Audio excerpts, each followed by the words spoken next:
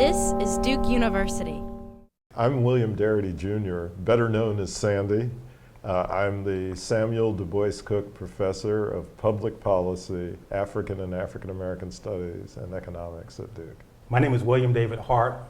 I'm Professor of Religious Studies and Department Head at the University of North Carolina, Greensboro, and I usually go by the name Bill. I'm interested in a project, presenting work on a project that I tried to develop a few years ago.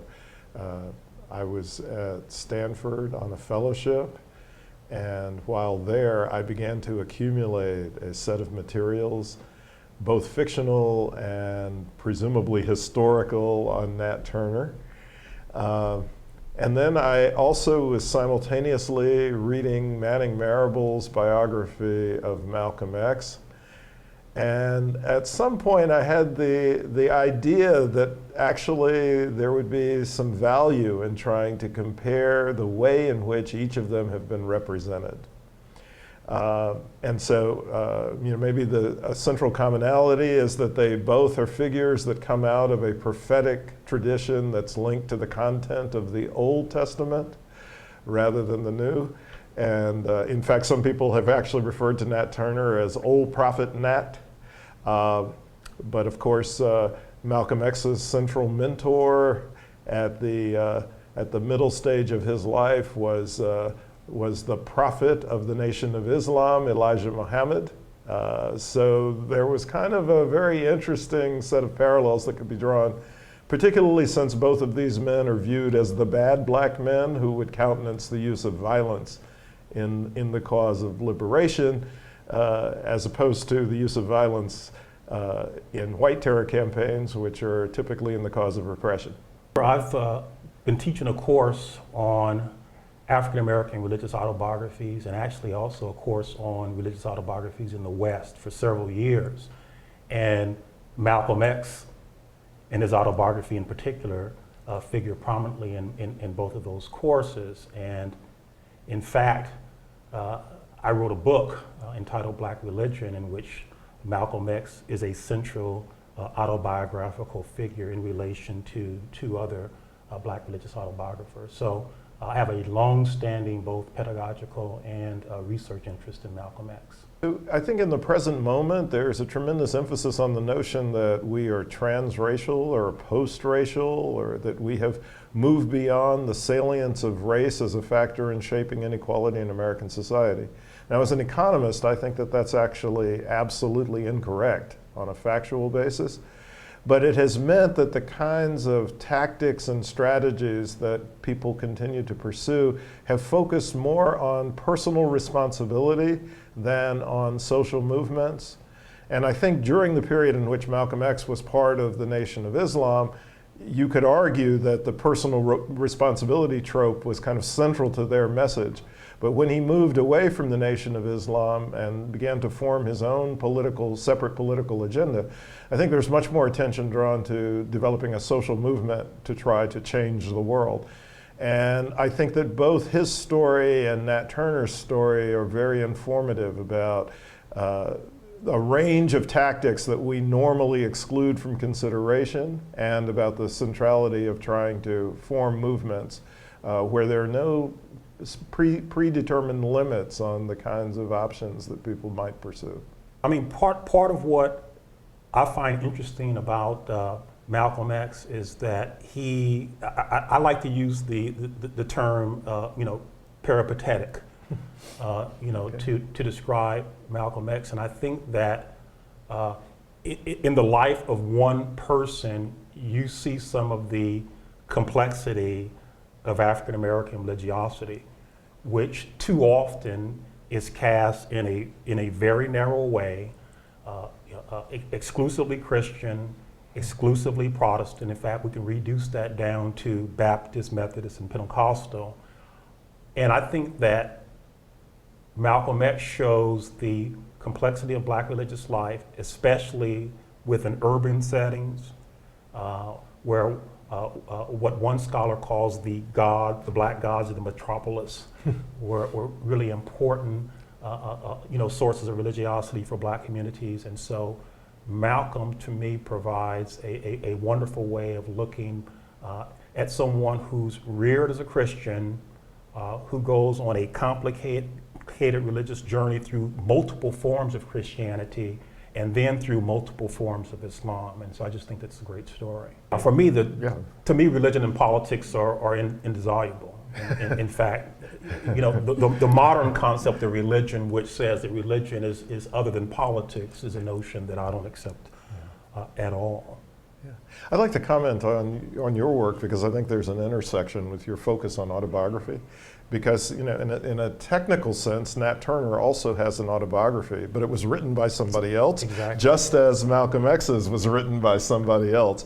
And so that leads us to all types of important questions about authenticity of the representation. At one point, I read a piece of research that emphasized that actually the fictionalized narrative of Alex Haley's family history and roots, actually the characterization of Kunta Kinte and redemption through memories of Islam is very similar to the redemption that's ascribed to Malcolm X through Islam. And so I thought that was very interesting that you know, it was Alex Haley who wrote both works. So is it Alex Haley's voice that we're hearing, or is it really Malcolm X's? And in the same way, are we really hearing Nat Turner, or are we hearing Thomas Gray, who wrote the Confessions? Right. I mean, there are multiple acts of interpretation that are always going on, and in fact, I mean, you talk about you know, the similarities between Nat Turner's sort of told to autobiography and Malcolm X's, and I mean, that's part of what really attracts me to Malcolm's story, because it's obvious that it's been crafted with certain tropes and certain narratives by Alex Haley, and the task for the scholar is to try to get behind those narratives and those tropes and to try to figure out who this person really was. Yeah. And you know, like many people, I read, I you know, gobbled up Manning's interpretation soon after it was written. I guess for me, the most important thing that Marable does in terms of distinguishing the historical Malcolm X from the Malcolm X that we get in Haley's narrative is that they had radically different politics, and that Alex Haley's politics probably shapes the narrative in ways that are detrimental to a fulsome, or a full, maybe fulsome is not the right word, but a full account of who Malcolm X was. It's not only that there were missing chapters that don't make their way into the autobiography, but just the way in which Alex Haley decided to tell the story, and what he accented in the story that he told. Yeah. I think there are two moments of redemption, at least, in the Alex Haley narrative. So the first is redemption from a life of crime through embracing Islam.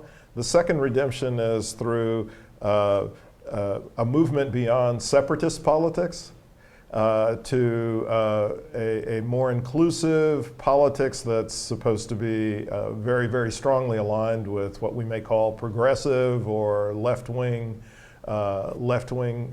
movements. And I think that in Marable's narrative, you don't see that kind of abrupt redemptive effects, that it's a more subtle process.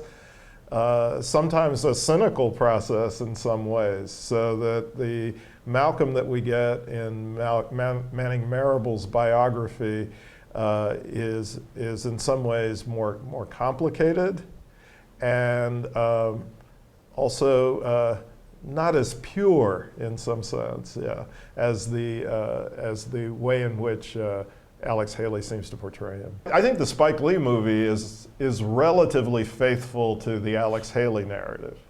And so I think what gets reproduced there is largely the story that Alex Haley is telling. But that's not the same story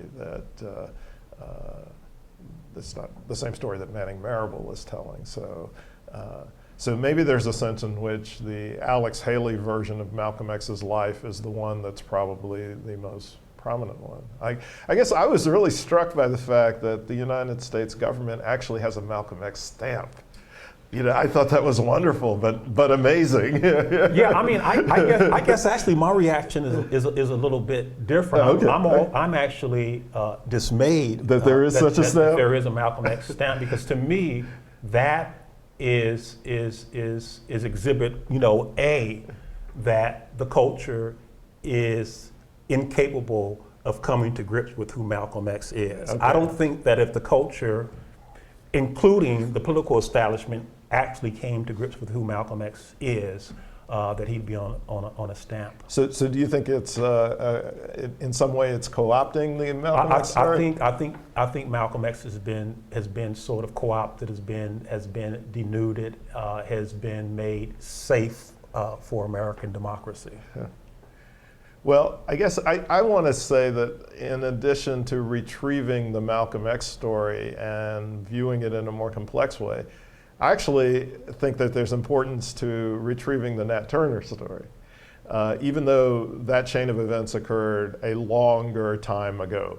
But I think that the complex set of ethical issues around the use of violence for the purposes of trying to achieve liberation, the possibility that the backlash will be extremely severe and perhaps make circumstances worse, at least in the short term, than they were before you undertook the effort.